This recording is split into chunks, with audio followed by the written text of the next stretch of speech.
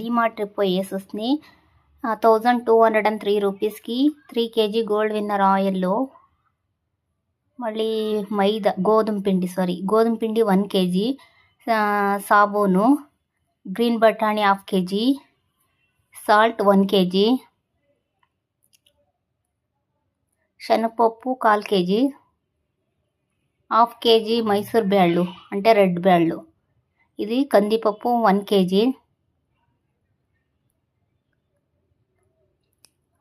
అవలక్కి 1 kg, శుంఠి వెల్లుల్లి paste 250 grams, సాబూను 1 kg,